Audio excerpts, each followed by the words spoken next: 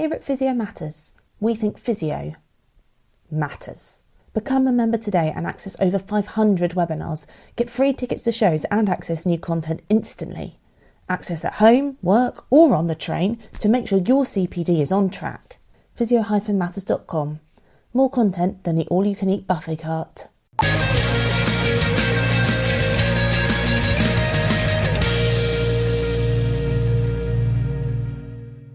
Karen Middleton, welcome to Chewing It Over on the eve of your retirement and, of course, vacating the position of CSP CEO. I want to start with what's gone well. I think what's gone well is the modernisation of the CSP, the organisation. There's further to go, but I think what I leave behind is an organisation very different from the organisation that I inherited, and better. I think what's gone well is the influence of the CSP nationally, internationally. And I think what's also gone well is the profile of physiotherapy and physiotherapists and support workers, the entire physio family, really. Because I think we are now a profession that is externally focused rather than too internally focused. I think as a profession, we're regarded really positively and solution focused. I think individuals are regarded as leaders, both of the profession and within the healthcare sector. And I feel like, and maybe this is just sort of rose-tinted spectacles looking back, but I feel like the profession, the membership has come together now. When I think back to when I started, and I was joking with one or two members at my retirement do of the list of people that I was left that I shouldn't make contact with. You weren't on it, Jack. I don't think we knew you then. But some people you know were on it, and they were essentially in the independent sector, and they were, many of whom were my friends, which I found deeply ironic. And I think, you know, I did that founders lecture when I talked about, you know, how all these arguments about whether it's hands-on, hands-off, and it all felt terribly insular and inward looking. And I feel that a mature organisation, a mature profession has to be able to have debate, and it has to be really challenging as well. But I think we've sort of tipped into something more constructive. And I think the profile of the profession is really has gone well. And I think COVID helped, sadly, but I think COVID did help. When I hear physio students and why they decided to go into the profession was what they saw on television of physiotherapy around that time. Right. I know that, you know, a tragic time for many, but I think that it did do a service to the physiotherapy profession in the same way that physios did a huge service during that pandemic. So those are the things that I think have gone well, yeah. See, I thought that when you first mentioned the pandemic there, I wondered if you meant it was useful for some internal reforms, because obviously system changes were mandated, weren't they? It was. I mean, we were doing a lot of modernising of systems and processes before the pandemic. I mean, you know, we went virtual the day that we had to go virtual on the 23rd of March. We didn't drop a service at the CSP. I'm not saying we got everything right, but we did not drop a member service. And that was as a result of the work that had started a couple of years before, enabling everything to go on the cloud. We'd already started the work to look at moving from Bedford Row.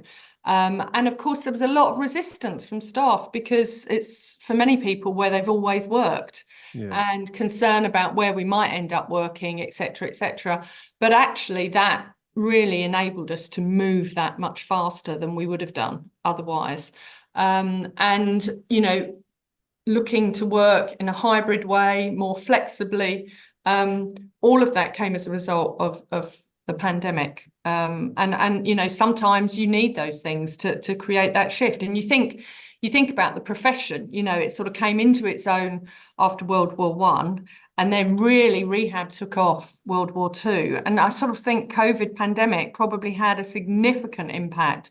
Yeah. Um, There were a lot hopefully of positively. lot of battle and war metaphors, weren't there, in Yeah, around that time, and sort of hunkering down, and I can understand that, and I think that yeah, the use of the sort of rehabilitation metaphor that emerges from that is a fair yeah, one, both for systems and then of course for yeah. healthcare, which remains of course in the wake of it. You famously, well, two things that were famous about it: the phrase, and then your irritation with the phrase when it kept getting quoted back to you for too many years. But you said we mustn't sleepwalk into obscurity. Yeah.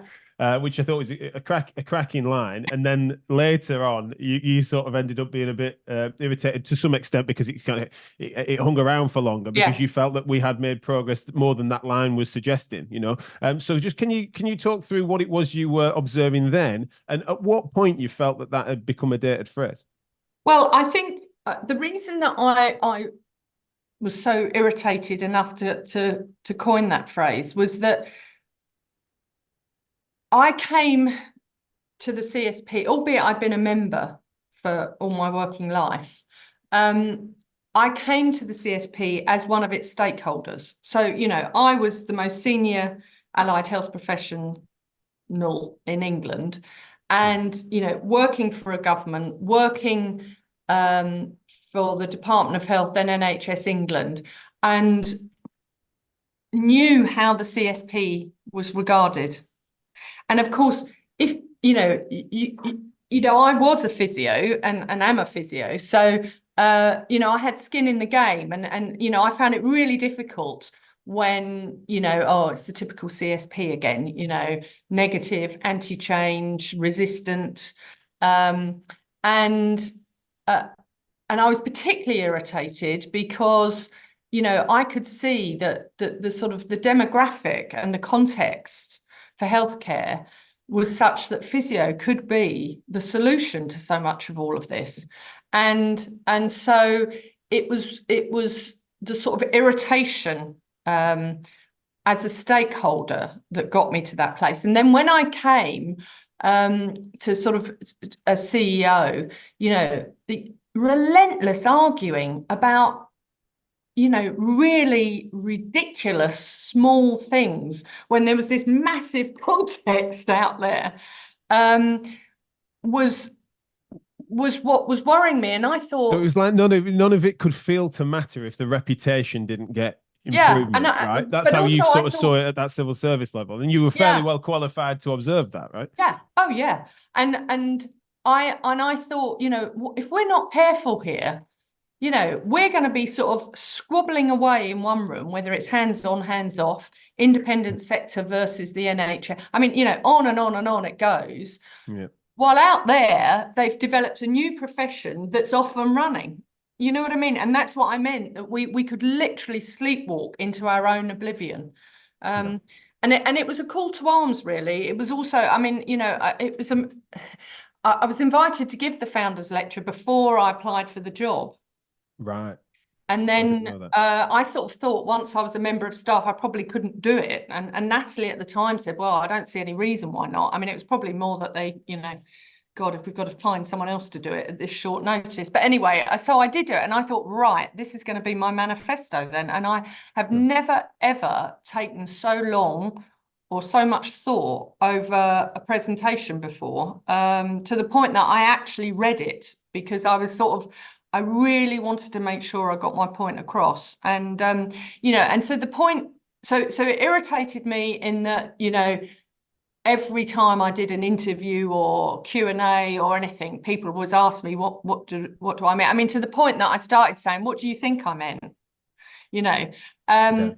And I but think the that point, I was understanding as yeah, well of the fact that you weren't like really bristly on it for ages. It was more that enough years go by yeah, that then it starts to become an accusation that yeah, we're still on that track. What's changed? And I understood as to why. I think one of the things that, and I really do mean this tongue in cheek, by the way, but when you then years later said, I'm updating this because it's getting quoted back to me, and I think we've made so many significant reforms, especially internally. You were referring and Yeah. able to list them. You were frustrated, but it did feel like when Donald Trump was looking to rerun, he was like, "Do we go on Make America Great Again, or do we you know it was like this, how much do, because we want to also imply that we've made significant changes." So he was torn between the call to arms and the acknowledgement of success. Yeah. So again, I do mean that tongue in cheek. Tongue in cheek. I certainly am not calling you Trumpian in that regard, but I just wondered if then you were then and are now sort of in this situation where you still want to keep those two things in hand. There's still work to do, but then also there's a want to acknowledge what has been changed since you said that. I think there has been enormous change, as I said earlier, around less of the internal focused sort of squabbling. And you know, you were at the last council meeting. You know, there's some big topics that came up there, and you know, and it's clear to me that you will go on to discuss those big strategic issues. And I think that that is exciting. I feel envious not to be witnessing some of that.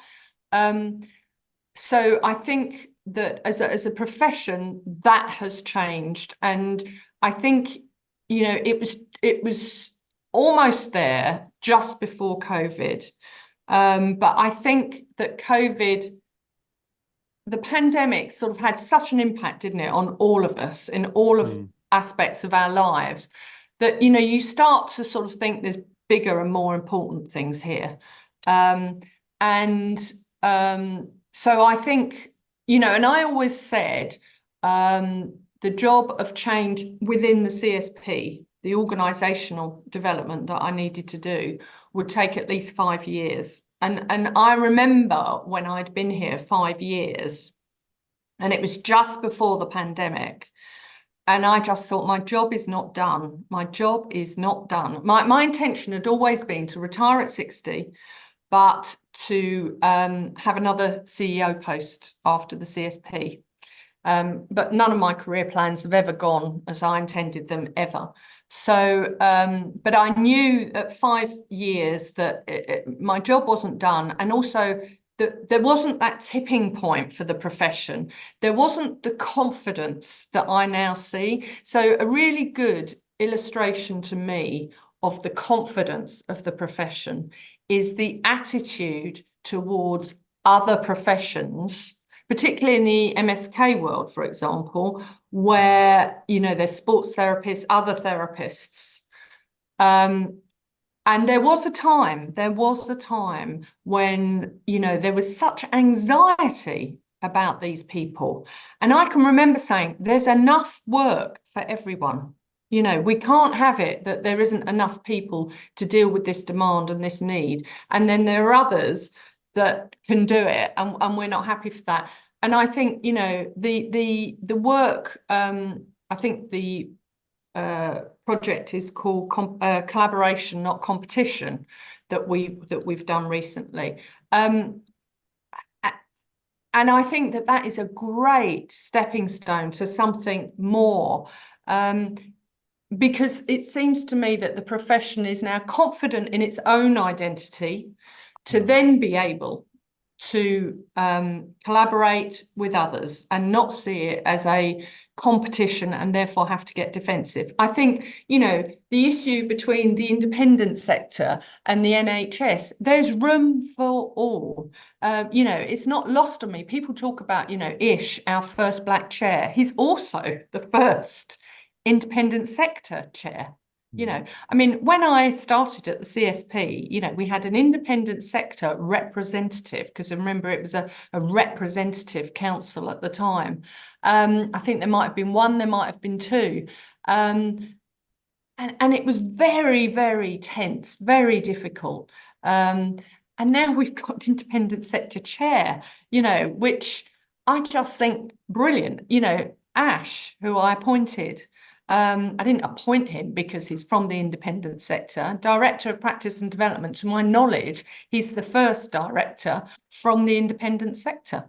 Yeah, probably. You know, and so there's so many signs of a confident profession. And I think that, I mean, gosh, there is so much more to do.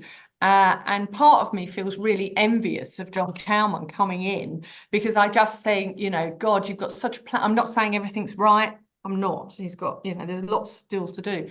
But, you know, there's a really confident platform, I think, from the organisation and the profession.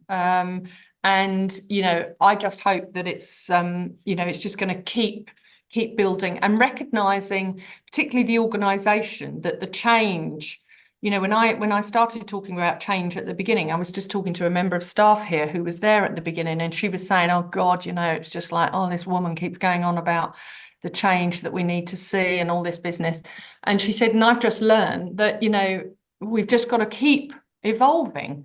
And you know, that is so true. Keep evolving. It does feel like an evolution and a maturing. I think it's one of the things where some things, you know, there's some things that I'm coming to the organisation relatively fresh, council about a year and a bit now. And I've asked questions, I think, in recent council, you know, why would we do differently? You know, of course we'd be outward looking, and of course we'd not be threatened by a few, you know, if anything, we want to overlap and raise standards for healthcare, and then be like, believe me, you know, fair play. Rob smirks and said, trust me, there's been times where council have said the opposite, and you know, I'm looking around the room to see, and everyone's sort of like, no, of course, like fronting it up, and that feels nice as a culture shift. It's brilliant. On that, with regards to when you then set about, right, let's not sleepwalk into obscurity. Let's set about a reformative agenda. Obviously, you know, music to my ears, and it's certainly a call to arms that I heard and many others did, that then did inspire a generation of people to engage in lots of different ways. But from what I recall, because it wasn't that much after, not that long after that I interviewed you for Physio Matters. And from what I could gather from that, both listening back to it as well as from my memory, is that you'd set about looking on at what would then course correct some of the things you were concerned about. And you saw internal reform, organizational reform as being really primary foundations for said reputational lift. And so I wonder if I could just get your thoughts on did you underestimate that by time frame, by extent, etc.? How do you feel that that's gone, and what parts of that do you feel might still remain? Yeah, so I came to the CSP, and I know I was recruited to the CSP because of my external networks. You know, I was the Chief Allied Health Professions Officer. You know, I think people thought I was, you know, had a hotline to the Secretary of State for Health, you know, and all of this carry on. And, you know, and that's what, believe you me, that's what I loved doing. But I've got a great belief in the organisation finds you and you find the organisation. Bearing in mind, I never in a million years did I plan to come and work at the CSP, because I definitely had a love-hate relationship with it. But my master's was in organisational development, a psychoanalytic approach. Right. And I can't tell you what I found. I mean, I talked about it at my retirement do. I mean, it was just a disaster zone. And yet, what I did find was a whole load of really talented people, but I didn't know any of them. I'd never met any of them. I'd never seen any of them. I'd only ever really met the CEO and perhaps the deputy CEO. And I just thought, so my job is to enable this talent to shine. And so where I thought I would be the one who was out and about, you know, doing all the influencing, I decided what I needed to do was to create the organisational environment to let the staff to be able to go out and do all of this. And, you know, and I talked before about, you know, watching Newsnight with my husband during the industrial action. And Elaine Sparks, the assistant director, not Claire Sullivan, not me, the CEO, nor the chair, but Elaine Sparks on Newsnight. And my husband saying to me, shouldn't that be you? And I said, but isn't it marvellous, how brilliant that it's Elaine? She was in the negotiations. She was in the room with Steve Barclay, so she should be on Newsnight. Not in some recognition of her and what she'd done, but because she was the person who had the most Closest to the knowledge. expertise, yeah, rather than her briefing you Of and course. Claire, yeah. And you know, seeing Sarah Hazard just run with the rehab agenda, you know, is just fantastic. So I knew that it was an organizational development job. I knew that there were systems and processes that were there, that weren't there.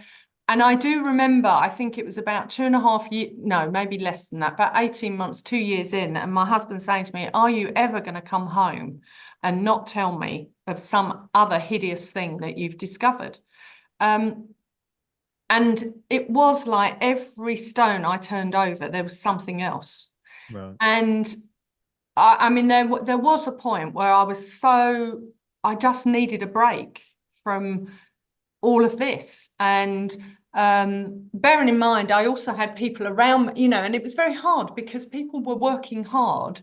And yet here was this person coming in and saying, but this isn't right. This isn't right. This isn't right. It was one thing after another. So it was harder than I thought. Would I do anything different again? Absolutely, yes, I would. But hindsight's a wonderful thing. And I think that I mean, this is going to sound arrogant. This is going to sound arrogant, and I don't know how else to say it, but I'm just glad it was me, because I did have the OD experience. And also I was a physiotherapist. And that enabled me to do a lot of things and say a lot of things, particularly around the governance review, that I'm not sure the profession would have accepted from someone who wasn't a physiotherapist. So it was a lot. It took a big personal toll on me, which is why in many ways, and again, this is difficult, but in many ways, leading the organisation through the pandemic was one of the easiest things I've ever done, because we had one job. I had one job, just do whatever it takes to support our staff to work from home in order that they support our members. It's supporting our members, you know, and we sat down. So by that, so you're meaning that by that point, you felt you had an apparatus that you just needed to facilitate their and support. also I didn't, everything else could just pale into significance. And I remember us sitting down with the directors and I'm saying, right, we need to think about how we're going to approach this. And, you know, we talked about command and control. And that is the sort of instinctive thing you do in this sort of VUCA world. And I said, no, this is going to be the ultimate test of what we've created at the CSP. And boy, did everyone step up. I mean, you know, and I know we didn't get everything right. I'm not in any way saying we did, but who did get everything right during COVID? Well, we're learning more and more about that, aren't we? Of course, at the moment. Just out of interest, you've mentioned there about the fact that you're a physio by background, then being the CEO, which was the first time we'd done that. Yeah. Can you reflect on the pros and the cons of that, or do you recognise there being any cons? So the advantage was that when I'm out with members, you know, there's almost not a member's experience that I haven't been through. Now, it might have been some time ago, but, you know, I have been a physio student. I have been, you know, first starting out in my job and, you know, and all of those. So when I'm talking to members, there's a connection that it's almost instinctive. It's like, you know, when I walk into a staff room of physios and physio support workers, it's like coming home for me. I know the humour, I know the language, I know what they're thinking, you know. So for me, that made my life very easy from that point of view. And I think there was a connection. I think there was a massive advantage in me leading the organisation, because one of the things that I wanted to work on was, you know, developing leaders. And it struck me, all these messages that I've had about my retirement that have come in about me being a female leader, and what a thing that has been. You know, I never think about that so much, I have to say, but, you know, my staff, lots of other people have said being a woman and being in a CEO position, that's made a difference. So being a physio had lots of advantages. The disadvantages were that I needed to make sure, and I can remember saying at my interview when they kept going on about me being a physio, was, don't appoint me because I'm a physio, appoint me because you think I'm the best CEO for the job. And so I had this sort of, there was almost it would add to the imposter syndrome. I'm only here because I'm a physio. Okay.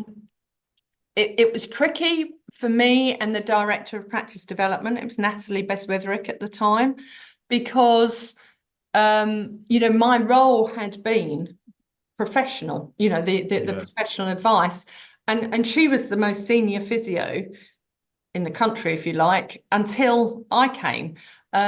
So I had to very, very quickly make it clear that I would be out and about with members. But when it comes to advising on clinical issues, that is not me. And when I was at the department, I would come to people like Natalie for that advice. And I've said to you before, the other disadvantage is being out and about with members. They assume that I've got clinical knowledge and expertise, but I really haven't. So there are advantages. I mean, with ministers and stakeholders, there is no doubt that being a physio and going into a room and saying I'm a physiotherapist makes the conversation change. It really does. Because you've got some credibility that Yeah, no, I can definitely understand that. I think that I'll just offer a bit of a reflection I've been considering myself on this, where wasn't so long ago, maybe a couple of years or so, where I really wondered if there was a time where I wondered if this was not by design or purposeful necessarily, but something that was more baked in than what I now observe, which is now I think it's something that is almost that there is a drawback that is worth us thinking about to you happening to be a physio as well by background.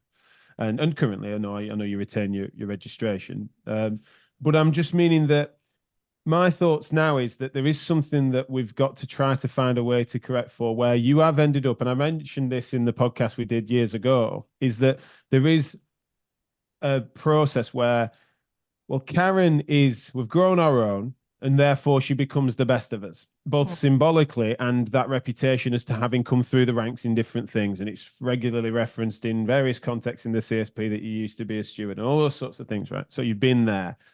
But then it means that then if you didn't have those instincts, then naturally there would have been an inherent engagement exercise that meant that then the organization would have to reach through a variety of channels for further engagement. And so, as I say, more cynically, a few years ago, I was thinking that was by design, and that to some extent, my being involved more in the CSP in recent times and on council has helped me to realize that I think that I still consider that a problem. And I've been vocal with you. It's no surprise to you that I feel this way, but also to our audience, it's not, that I do see that as being a real challenge that the CSP needs to front up to. However, I think that I'd be wrong to suggest I think that's detached completely from the fact that you happen to be a physio, and that there's been an institutional complacency over that, in part because part of your leadership has to have had that instinct and those priors that just naturally are going to come for the ride. And so they should, because they have their upsides. Yeah. But I just think that as we look forward, when we appointed John, it was a nice to have that happens to be in his background. Yeah, doesn't have his license, but happened to be a physio. Yeah, but it wasn't essential, because realistically, I think that it has got its drawbacks too. No, and I mean, you will be interested. Well, I don't know whether you know, but so some time ago, this was before I announced my retirement and everything. I can't remember who I was in discussion with, but it was someone on council, and there was a conversation about when I leave, and you look around all the other physios and who's it going to be, and I just sort of had to say, oh, hang on a minute,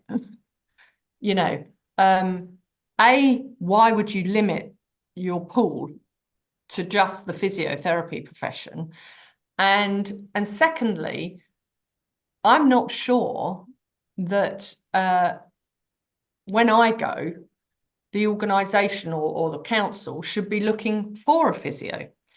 And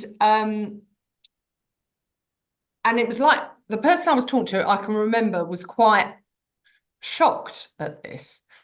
And then when I spoke to Ish about my retirement, this was before it was announced. Mm-hmm. And I said to him, Ish, this will be your decision, and obviously you'll want to discuss it with council, but I would strongly, strongly advise you not to limit the pool to only physiotherapists, which many other professional bodies have done. Not to physiotherapists, but the RCN, you have to be a registered nurse, for example, to be their CEO. Yeah, I didn't know that, but yeah, and there are others. So, and I said, I strongly advise against that. And I said, I'm going to have no part to play in this recruitment whatsoever. But I said, I actually think, you obviously can't rule out physios from applying, but I said, I'm not sure that the next CEO should be a physio at all. I feel really content about retiring, partly because I'd always planned to do it at 60, and partly because I know it's right for me, but I also know it's absolutely the right time for this organisation. It needs something different and someone different. Now, the other thing about, running an organisation is, yes, I've got expertise in OD, but for example, I think the next really big phase for the organisation is a much harder drive, as you know from council, on digital transformation, on data-informed work, etc., etc. And, don't get me wrong, I am right behind supporting, because I think this is the right direction. But it's hard for me. I have to understand stuff before I can really get behind it. And that whole area, it takes me longer to understand it than I think is needed. So I'm not saying that physios don't have those digital transformation skills, but I don't. And it's a fair enough thing. It's a very technical discipline in lots of ways, and the moving parts and how the jigsaw comes together in that sort of space. But on the other hand, you recruit people who are brilliant. One of the things that I am sort of proudest about, whenever anybody's talking about, what we've achieved and all the rest of it, and I think actually my part in it is that I recruited these people. I've not done it. I've recruited them, and I didn't recruit Rob. I didn't recruit Natalie, but other than those, Claire, John, Ash, I recruited, and I would have recruited Rob if I'd been able to have done so, but he was already here. And I just think, look at the talent, and in all of their areas, they know more, are better than me, and I have no problem with that whatsoever. Do you think that? Did you do enough? Have you done enough to counter the Queen Karen narrative? Well, the Queen Karen narrative. You might feel free to just disagree that either exists or is relevant. Well, I've never even heard that phrase for a start. Well, I made it up just now. But I know what you mean. Can understand what I know what you mean. I think the problem is, it was like I was having a conversation with someone this morning. I got a book of comments from people for my retirement. And I said, I find it astonishing how many people have mentioned the first time they met me and how formidable I am and how scary I am and all of this stuff. And I said, I just don't recognise those words. I just simply don't recognise those words. And it's a bit like that with Queen Karen or whatever you mean. I'm just doing my job. When I went to be Chief Allied Health Professions Officer in England, and then I moved to the CSP, there was quite a lot of commentary about downwards, sideways, certainly not an upward move. Why would you? And I just said, but I don't really think of those things. It's the job that I want to do. it's the job that I think I can make a difference at. And I've banged, before I came here, I banged on long enough about the CSP and what it needed to do and shouldn't do and should do, go in and try and do something about it. So I don't really recognise it, but I do have an ego like everyone else.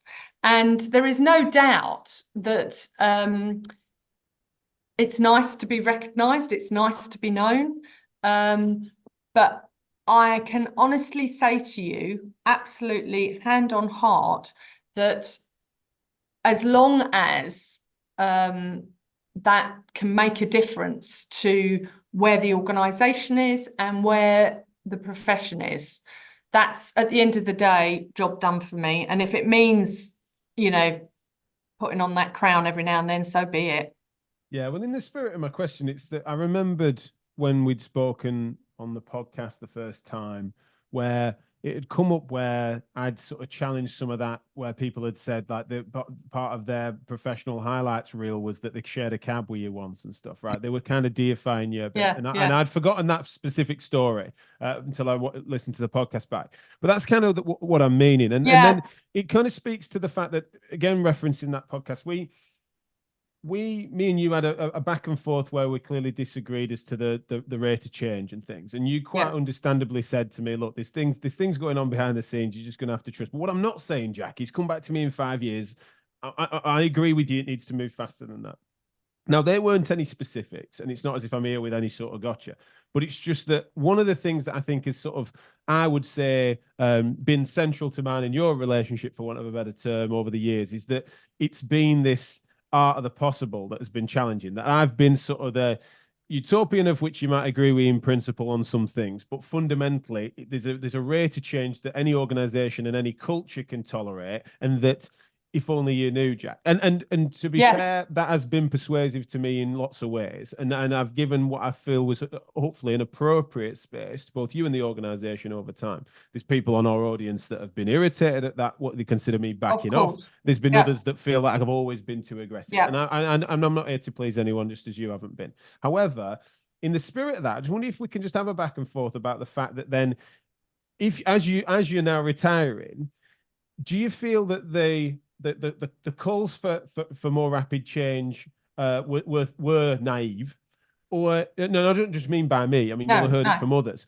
or is it that fundamentally has been something that you hoped things would be able to move faster because of those internal reforms that you'd done, that if ideally we'd be further ahead? I know the pandemic, etc. There's lots of factors, but I wonder if you can just reflect on that timeline and the changes that you feel could have happened at what pace. Yeah, I think. Remember, it was my first CEO job, right? And I think if I'd been a CEO before, I would have recognised a lot of the stuff, possibly, that I found that I was sort of in complete shock over. I think what is really hard. And it's very interesting talking to John Cowman about this, is it suddenly dawns on you when you're chief executive of a membership body that you're not in charge. And I know that sounds like really obvious to you, and it sounds so obvious to me now, but he had a moment in talking with me when he realised that. And I definitely had a moment when I realised that after I'd been appointed. And I think that, if John comes in and he wants to, I mean, I don't know what he's going to do, but if he wants to make some significant changes, one of the things I keep saying to him is you've got the council that you need to be able to do that. Now, Ish and I, in our conversation with him, we're talking a bit about this and yesterday, and I was saying, this is the first council that hasn't got any members on it that either were or were steeped in what I regard as the sort of long history of the CSP. So one of the issues with the governance review, one of the big changes was the length of tenure of council members and the length of tenure of committee members, and how you can't just sort of be on a committee, then go on council, then come back to a different committee, then go back up on council and all of that anymore. You can't. But then it was like the same people going round and round and round. Now, what I need to be clear on is those people were giving of their time voluntarily. They passionately believed in physiotherapy and the CSP, and they were staunch advocates for us. And many of them had done really amazing things for the profession. But the reason that I think that that the council now and the difference you can make, given you haven't been exposed to those people, is because you haven't got that sense of, oh, but it's always been done that way, or we'd be letting those people, the good and the great, down. Do you know what I mean? You and your colleagues are your own sort of people. And I think we're less constrained by precedent, for sure. Yeah, I think that one of the that's things the word I'm looking for. Less constrained by precedent. Good. I'm glad I rarely clarify things. I'm usually the one that's No, I mean, I confusing it, think so- you are, but also, but I think that, the governance review, the actual changing of the structures, changing of the size, changing, all of that was one thing, and the rules and regulations and everything.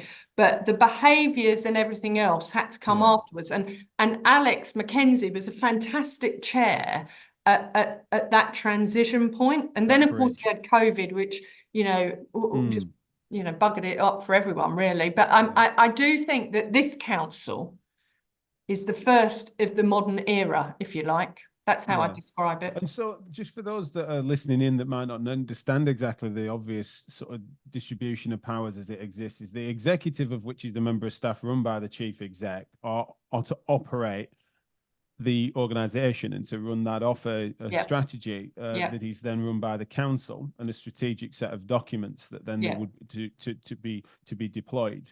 And that is something that obviously I got to know more when I was looking at running for council, for election, and then obviously being in amongst it.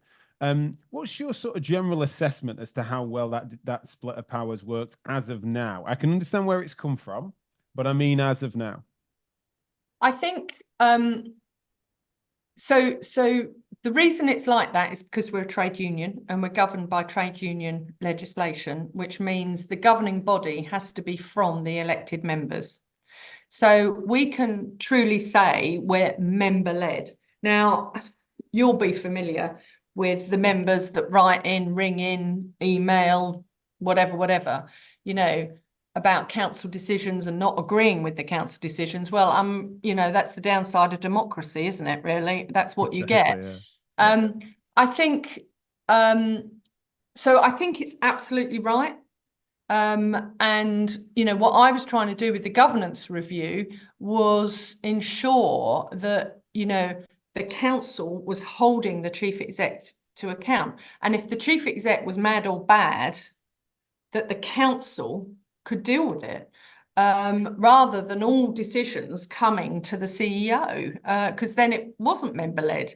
It appeared to be member-led, but it wasn't. I know now it is, it is absolutely member-led. Now, however, that the papers that are written for council are written by people who are experts in those areas. And so to inform council, but the decisions are always council's, and there has to be a consensus because people will have different opinions on council. But ultimately, I think it works really well.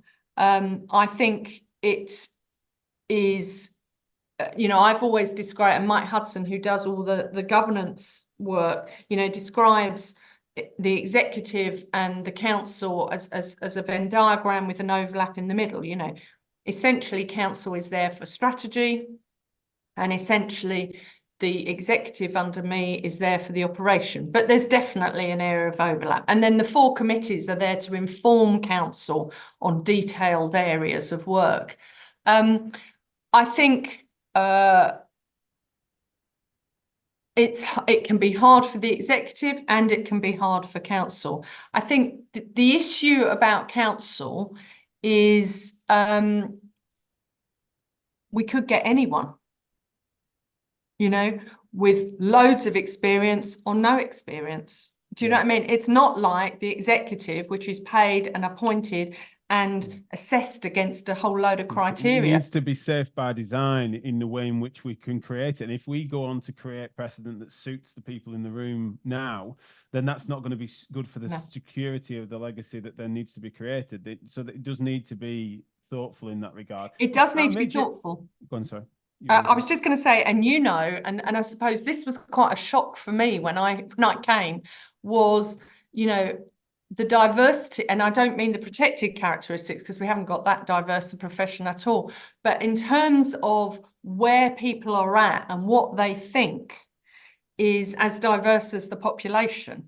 You know, any assumption. It's a really good mixed bag for ideas. Yeah. That's definitely the case. In the council of which I sit, for all that we can be accused of and people enjoy accusing us, there's plenty of diversity of views. There's a healthy debate between us, often ahead and after meetings, etc. But also within it, and we're all fronting that up. So I'm glad you've spotted that, because I certainly feel that way. I feel like people are heard, and the members are heard through us in that way. Yeah. If I made you queen earlier in the conversation, if I made you headmistress for a second, and you had to give a sort of exam score to, let's just take this particular issue first, if I can. If you were to sort of score the function of those powers, the executive and its council, what would you give it as a sort of grade? What, this council? Yeah, I'd say, and particularly as it speaks to the function, Yeah. it supports the organisation. I would say 8 out of 10. I would say that it's taken this council a while, and I think that. And I think that's partly sort of circumstance. You know, Alex, the previous chair, was a chair for 4 years, so a very experienced chair. And so those who'd worked under Alex or been on council under Alex, you know, a new chair who was also new on council, albeit Ish had been co-opted to council. And so, you know, a new chair, I think, probably, I don't know the answer to this, but I think probably the youngest council that I've been involved with. And I think that brings with it some real positives. But it also brings, you know, that sort of experience or wisdom of years. You know, you've got that tension between the two. What I would say, so I think that it's taken a while for the council to come into its own, but, you know, I said to my staff, the directors, you know, what a way to end, you know, my last council meeting with a council that I thought, yes, you know, there's some big issues here. They've spotted the big issues. They want to debate some of this stuff now. And so I think that, you know, I wouldn't mind betting it will be 9, 10 out of 10 next year. I really do, because I think trajectory. Yeah, definitely. Because I mean, I don't know whether you feel it being on council, but I felt there was conversation between the executive and the council. It wasn't a challenge, defensive reaction, either way. It was conversation, different. Yeah, no, it did. It definitely did feel that way. I think it's interesting because, you know, I've my own style which no one should ever emulate, but obviously a sort of famously confrontational person. It's what made me a podcaster in the first place in lots of ways. But then also the minute that that's done, it's only as a means of providing some energy, because then it's all about collaboration. Yeah. But then one of the things that's been fascinating for me to observe and for us to try and aspire to ongoing is the way in which we can then have an organization at large that can then really respond to the claim that it's not acting for members. So what are the routes to people doing it? Because that's one of the things that we're all facing all the time on various issues, where why doesn't the CSP do X? Why doesn't CSP say more about Y, right? And it's just that tends to be the extent of many members' engagement. Now, it's within their rights to do so. You pay your subs. I've never been one to say that it's like, well, you can't grumble about the potholes unless you run for council, and you can't grumble about the CSP unless you run for its council. So, that's definitely not why I stepped forward recently. Isn't just because it's like I've been whinging, I better do something. It's definitely more that I felt like it was a useful time for me to lend myself. But when it comes to those sorts of things, you must have had all sorts of range of emotions over when people have said that, myself included, over the years. Why don't the CSP do insert thing or do more? We have had really interesting challenges recently, whereby then you've got to make sure we speak as one voice, but also for some education of the membership to understand how decisions are made and the responsibilities and trade-offs that a council and the executive need to make as an employer, as a union, as a professional body, the practice-based implications, as well as the reputational consequences and all the complexity that comes from that diplomacy. So I just wondered, it's useful for me and you to be on the same show, in a sense, for us to be as council and executive to sort of reflect on that, because recently we've had a powder keg of that example, and those sorts of things can sometimes be an opportunity for us to sort of share those reflections, especially as you're leaving. Yeah, I mean, I can definitely say, I mean, I think I said to John Cowman in one of our handover meetings, you can please some of the members some of the time. I think that, I'm sure that we could do more and do better to explain a lot. But actually, most members really don't want more stuff from us. And I think we have to be careful at spending all our time trying to explain ourselves and not just getting on and doing and working on behalf of our members. And I'm a strong believer in the work should speak for itself. I think that what we have to be careful of as an executive, and therefore council have to be careful of, is that the members you hear from, it is very easy, and let's be honest, I only really hear from members when they want to complain about something. Nobody rarely, well, until you retire, actually, people suddenly start telling you, all the things that you've done that's great. But at the time, it's always when you've got. I'll do a fake retirement. Yeah, just do a fake retirement for a change. And you have to be careful to listen or to read or whatever what's being said, but be careful not to be knocked off course by the latest rant or disagreement with your decision or whatever. Now, you should definitely be, and I have learned this. I mean, I have learned, way back, I'd get a tirade of stuff that would come in and I'd run around the organisation thinking, right, we need to, obviously, and then somebody would say, it's 4 members, Karen. It's 4 members. We've got 65,000, let's just, wait. And of course, the members that write in, and particularly when they feel very strongly about something, if there's an emotional element to that,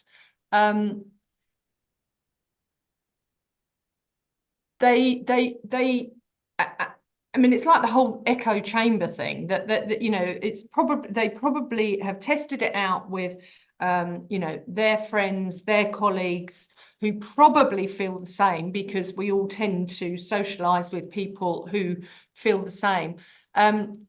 Look on social media, see the same views as they hold, because that's who you follow and all the rest of it. and then there's an assumption that the entire membership think this. Yeah. And you have to be really careful to listen, to think, to reflect.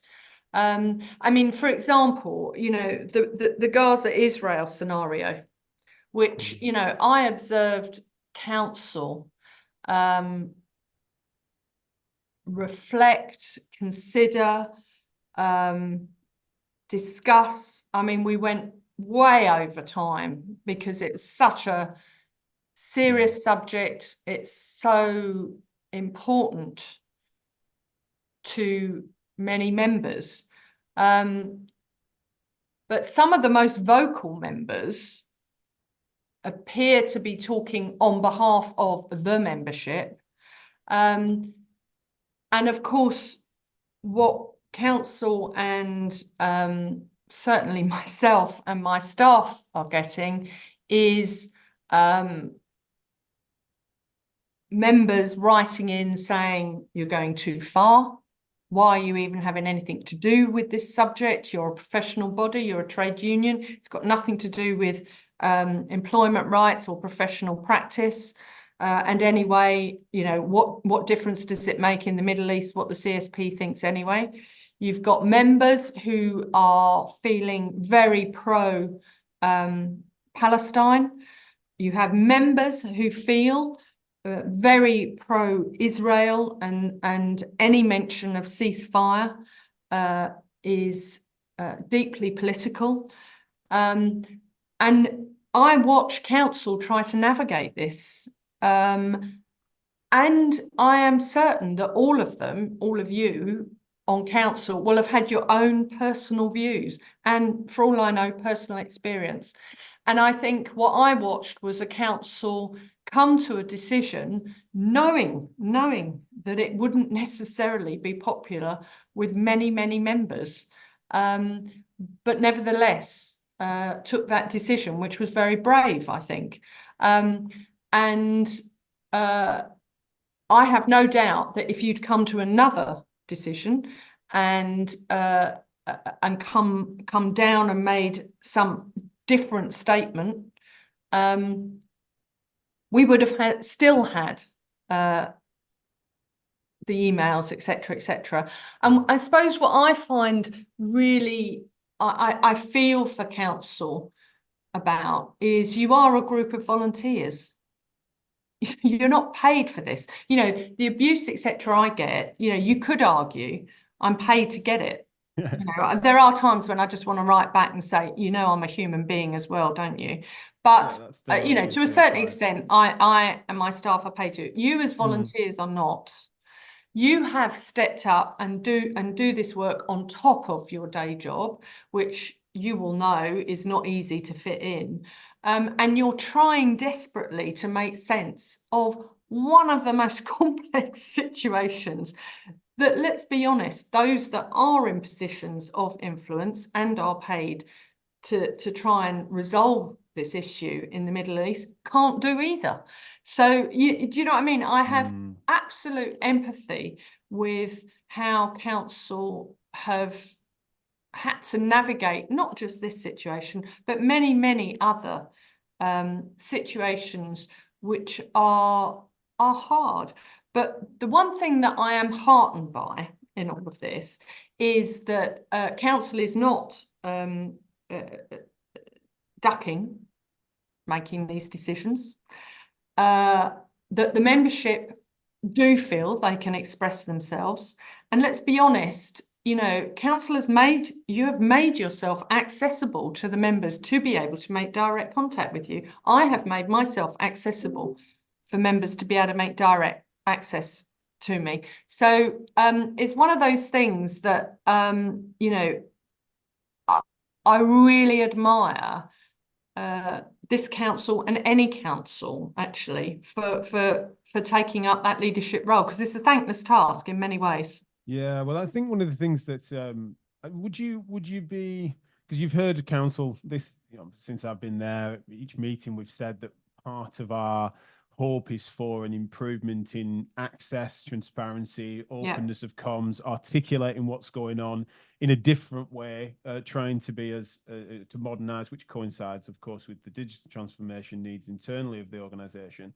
Do you feel that that as a direction of travel, because you're in a position where you can just say, no, Jack, I think that's a bad call, feel free to, but that has definitely been something that we've felt passionate about, is that the more we've looked at it, the more we've realized that some of the things that people are calling for us to do, we're often doing threefold, and that the ability to articulate that, granted, without distraction, if you're just explaining it, you're not doing it, I get that. But if we can communicate, or at least create access channels for more member engagement, and to boost those numbers for people that are electing, for people to feel like it's meaningful and worthwhile, for council decisions to be able to be seen, that the members that they elected help make these decisions, whether you agree with them or not, but it is membership in action type stuff. Do you feel that that as an agenda, for want of a better term, is a positive move? Yeah, I do think it's a positive move.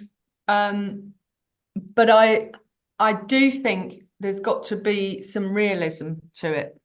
And I say that because, our election turnout is very similar to all other professional bodies. In many cases, it's higher. I think our members, are swamped. So I'm not sure how many people do want all of that. We've had numerous examples of where you do have stuff that's out there and is explaining and et cetera. And, one of the most common things that we end up having to do all the time is, actually, we did do it, here it is, there it was, et cetera, but people haven't looked or haven't found it or whatever. Now, you could argue, well, we're not making it accessible enough and we need to do it a different way, but short of sort of, sending emails with all of this in, and nobody wants more emails, it's very difficult to know how.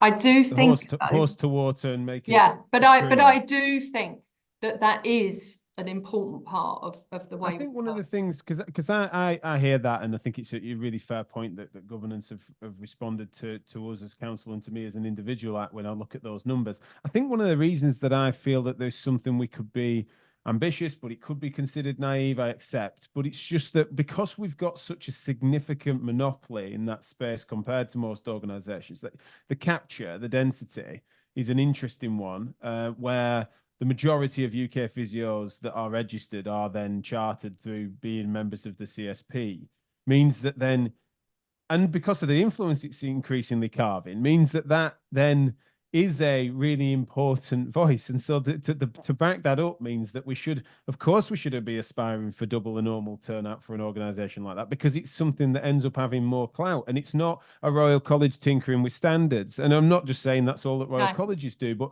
by me understanding the organisation in its fullest and witnessing what it's doing, it makes sense for me that then access, rather than if they don't take us up on it, but then we'd have better, it would feel less inherently defensive for us to say, look at these ample channels of which you're clearly consciously not engaging with, in order for us to then feel that then that is a horse to water, but I can't make you drink, rather than it being that to some extent people feel at times that it feels too detached because of and I would say that, I'll admit I'm projecting here, I'm not just being devil's advocate. I think that the apparatus of it always existing within a trade union context means that that's sometimes the only place in which people feel that they have really encountered it. And so therefore, when they don't necessarily feel that this is a trade union issue for their shop steward, they don't necessarily feel that they're engaged with the professional body or other aspects. No, I mean, I think, and what we've done a lot of work on over the years is, the localism agenda and getting, these virtual teams out across England in particular, in order so that it isn't just the CSP steward route into the professional body. And I mean, it's been great to see those networks grow and expand as the way into the CSP. I think the other problem, though, that we have with the membership, we don't have a problem with the membership. I think one of the issues for the membership is that you know, if I go back to some of the council decisions, you know, council isn't listening will be the start of an email or whatever. And often I want to say, you know, council is listening, but you don't like the answer. Yeah. And that's you know, the adult to adult thing to be able to say. And one of the, you know, going back to where we started and the changes, one of the changes I wanted to see was I felt it was like a parent-child relationship with the membership. And, you know, people used to talk to me about the mothership being the CSP, and I used to think, God, that's really weird. I've never ever thought of the CSP as the mothership. But I think we have a much more adult to adult relationship now. But that then means that both the CSP, and it's primarily the executive, has to hear some uncomfortable things, as do the membership have to hear some uncomfortable things. I think what the problem is, and you know, I found this when I first started engaging with the diversity networks, you know, they wanted to understand more about our governance, and you explain the governance, and it just sounds like bureaucracy trying to prevent their voice. But actually, what good governance is about transparency and being sure that decisions are being made properly and appropriately. Well, checks and balances is a political phrase, but the reason that checks and balances can, you know, be important is for that there's a security, a layer of that. But then also, if you know, well, why should I be checked if I'm right? And why would we want balance if it's so clearly the right moral decision? Oh, I mean, don't get me wrong. So people get frustrated by that, don't they? No, and you know, one of the things that when I did the governance review, well, I mean, I didn't do it, but you know, when we were working on the governance review, you know, a lot of focus was on the changes for the membership. Okay, and I had to do quite a lot of work with actually what that would mean differently for the staff. And many staff will talk now about how they used to have so much contact with council, you know, and they don't get that contact now. Now, you know, there's a healthy contact and there's unhealthy contact. You know, unhealthy contact was, you know, council sort of having such a relationship with my staff that, you know, Jack Chu would tell a member of staff, do this, and they would say, yes, you know, of course I will, Jack, whether it was in the corporate strategy or not. You know, there was a lot of that going on, or staff trying to influence council. You know, that had to stop. Council is holding us to account. And now, you know, of course, there's no reason why council doesn't and can't have contact with my staff. But, you know, understanding the governance is really, really important, I think. And often it's more important in case things go wrong. Not absolutely. Well, and that's the thing, is that we've got to make sure we've got that credible trail for decision making, and that there is a thoroughness to that. It's a large and important organisation that's trying to punch above its weight. Then we need to make sure it's credible, and that it's scratched beneath the surface. You don't find it wanting. I'm really sorry. I've just looked at the time, and we've been past to what I've. So have you got 5 more minutes, or should we need to? Yeah, literally 5 though, because I've got a meeting at half 2. So do I. I better go and see a patient.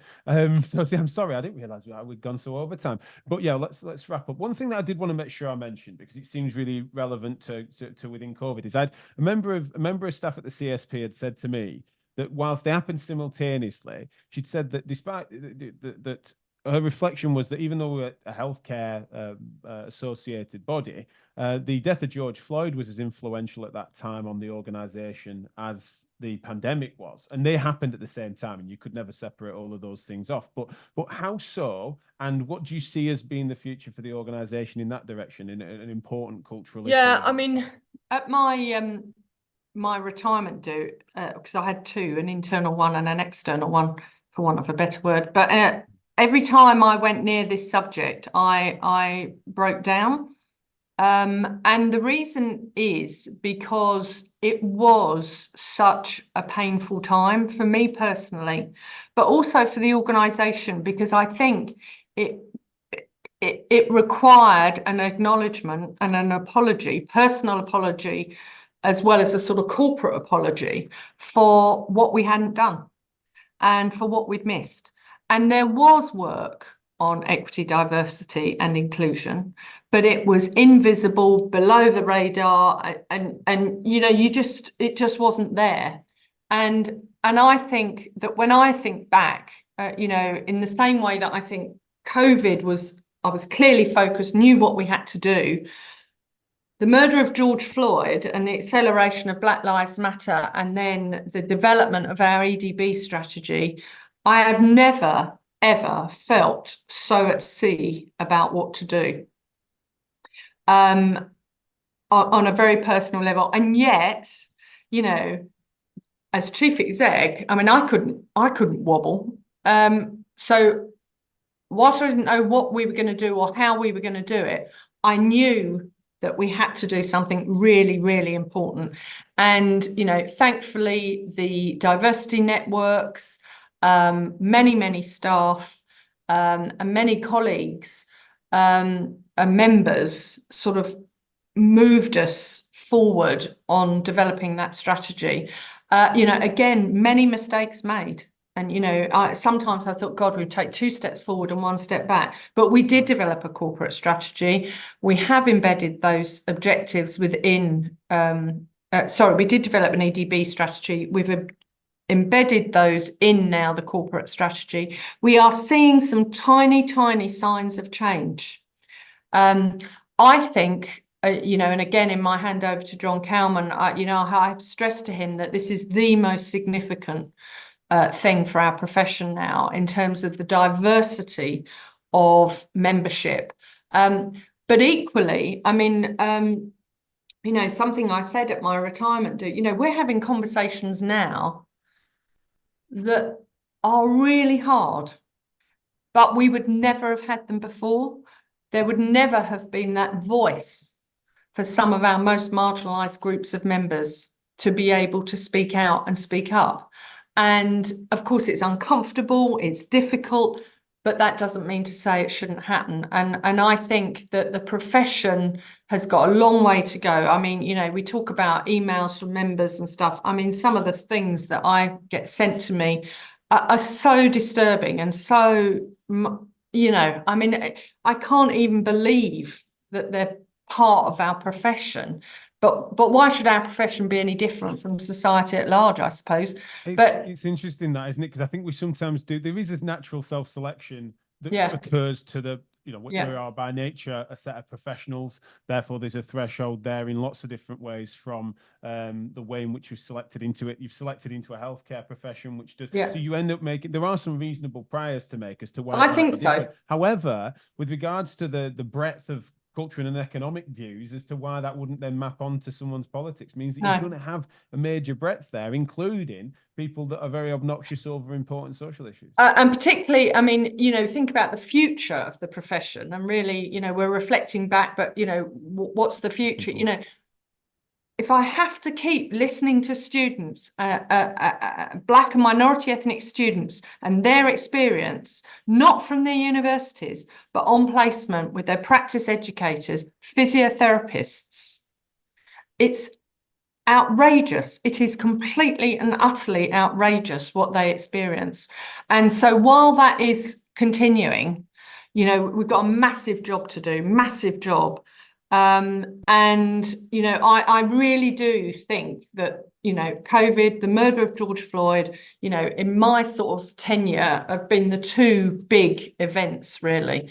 Right. They came together in so many ways, and then they will transform the profession going forward. Right. Well, so I've got 1 more minute. So tell me a little bit about what you've got planned for your retirement. I don't think I've heard that question answered yet. So I'm joining council. I just assume I'll give you a year and then you can join me on council. I would never ever want to join council. I could never do that job. I think that I mean, I joked at my retirement do that I'm going to take a month just to lie in bed and read books. I do need a break. I haven't ever had a gap year, maternity leave. In fact, I had to get a doctor's certificate recently, and I didn't know how to do that because I'd never had enough time off sick to warrant it. I am going to have a break. My husband retired a couple of years ago. We've got lots of travel plans. But I trained as an executive coach about 5 years ago. Yeah. And I've been doing that work pro bono. I think I'm good at it. I really enjoy it. And I might pick that up on a more formal basis. I've never, unlike you, set up or run my own business or anything like that. So I don't quite know how I will go about it. But I've really enjoyed coaching within healthcare, but in other sectors too. So. No, that sounds exciting on the coaching side. But look, I know what you're hinting at, and I'm happy to mentor you through the business connection, Karen. So no, maybe we can do a quid pro quo on that, because I've still got plenty to learn from you. But thank you so much for your time today. You're welcome. It's been a pleasure. It's been a journey, especially in which our times have interconnected and stuff. But yeah, you do in the macro, you are absolutely leaving us in a better place, and it's been really interesting in recent times for me to have a look in. And to certainly not to mark your homework, but essentially to look in at the organisation and see the structural reforms of which you mentioned to me on air that I was oblivious to at that time. And so for me to now be on the inside, it's been really interesting and exciting to see. And I do think you're leaving us in a good place. So thank you so much for all your efforts, and really enjoy your retirement. Okay, thank you, and good luck. Cheers. Yeah. Bye.